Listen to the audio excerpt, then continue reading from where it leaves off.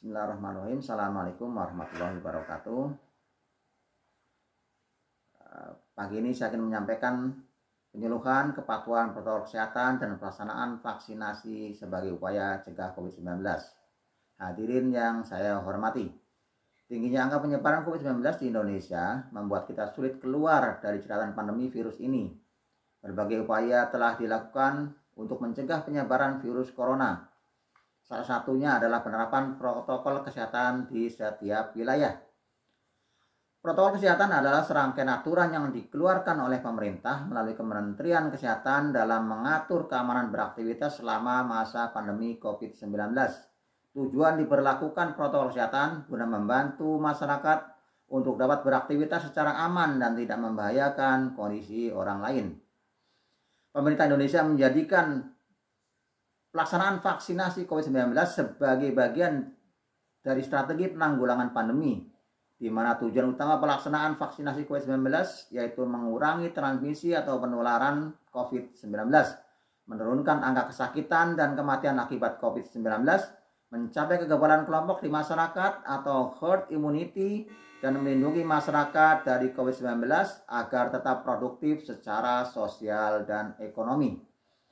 Vaksinasi COVID-19 merupakan upaya yang dilakukan untuk menimbulkan serta meningkatkan kekebalan seseorang secara aktif terhadap COVID-19 sehingga apabila suatu saat terpapar dengan penyakit tersebut maka tidak akan sakit atau hanya mengalami sakit ringan. Masyarakat diharapkan untuk mengikuti program vaksinasi COVID-19 dari dosis ke-1, dosis kedua, hingga dosis ketiga atau booster, dengan jarak pemberian vaksin booster yaitu 3 bulan sejak dosis kedua. Oleh sebab itu, marilah kita sebagai masyarakat turut mendukung pelaksanaan program vaksinasi COVID-19 oleh pemerintah sebagai bentuk partisipasi kita menjalankan peran kita dalam membela negara dan melindungi masyarakat secara umum. Lakukan vaksinasi hingga dosis ketiga atau booster.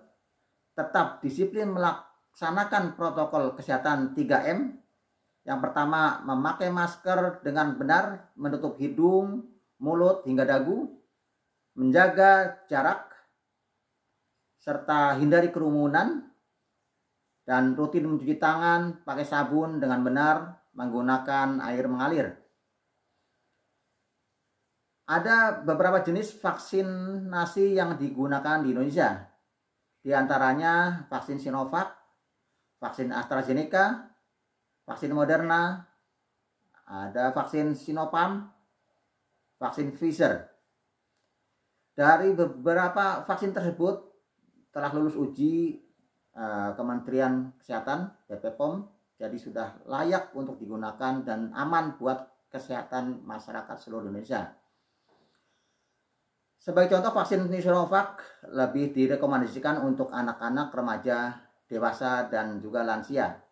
Dosis vaksin adalah 0,5 atau setengah mililiter, akan diberikan sebanyak 2 kali dengan interval antara 14 sampai 28 hari setelah dosis pertama.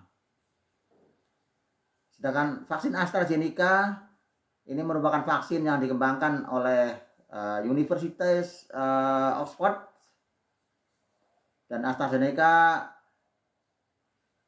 merupakan virus COVID-19 bertipe vektor adenovirus non-replikasi dengan materi genetik SARS-CoV-2. Umumnya adenovirus adalah penyebab flu,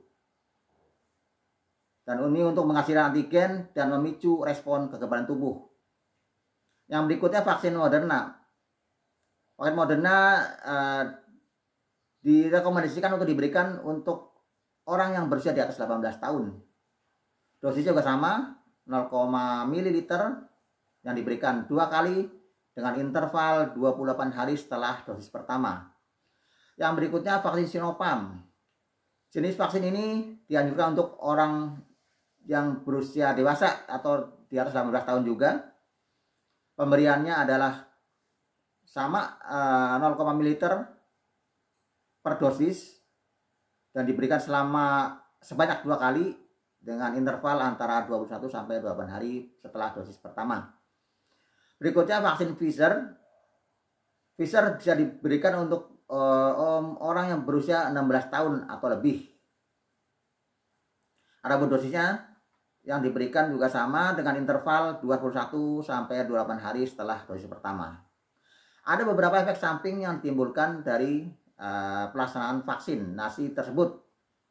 Untuk itu diharapkan semua masyarakat yang menerima vaksinasi untuk bisa menjaga kesehatannya, menjaga kondisi tubuhnya dengan istirahat yang cukup setelah pelaksanaan vaksin. Salah satu efek dari vaksin adalah sakit kepala, nyeri pada daerah yang disuntik, dan keletihan. Dan vaksin AstraZeneca sendiri juga memiliki efek yang sama, kurang lebih sama, diantaranya ada meriang, sakit kepala, mual, bahkan mungkin bisa muntah. Untuk itu apabila terjadi demam, perlu ditangani konsultasi dengan dokter ataupun mengkonsumsi atau meminum obat seperti paracetamol dan sejenisnya. Tentu ini dengan arahan dokter. Mungkin ini yang bisa saya sampaikan. Apabila ada yang kurang jelas silakan ditanyakan. Apabila ada keraguan bisa menghubungi sentra-sentra layanan vaksinasi setempat untuk konsultasi.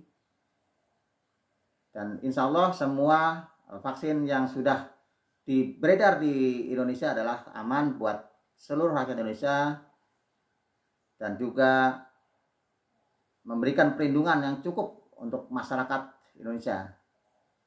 Sekian udah yang dapat saya sampaikan. Dengan adanya penyuluhan ini diharapkan masyarakat lebih memahami protokol kesehatan dan melaksanakan vaksinasi COVID-19 dengan baik sesuai jadwal yang sudah ditentukan. Terima kasih. Wabillahi taufiq wal hidayah. Wassalamualaikum warahmatullahi wabarakatuh. Selamat pagi.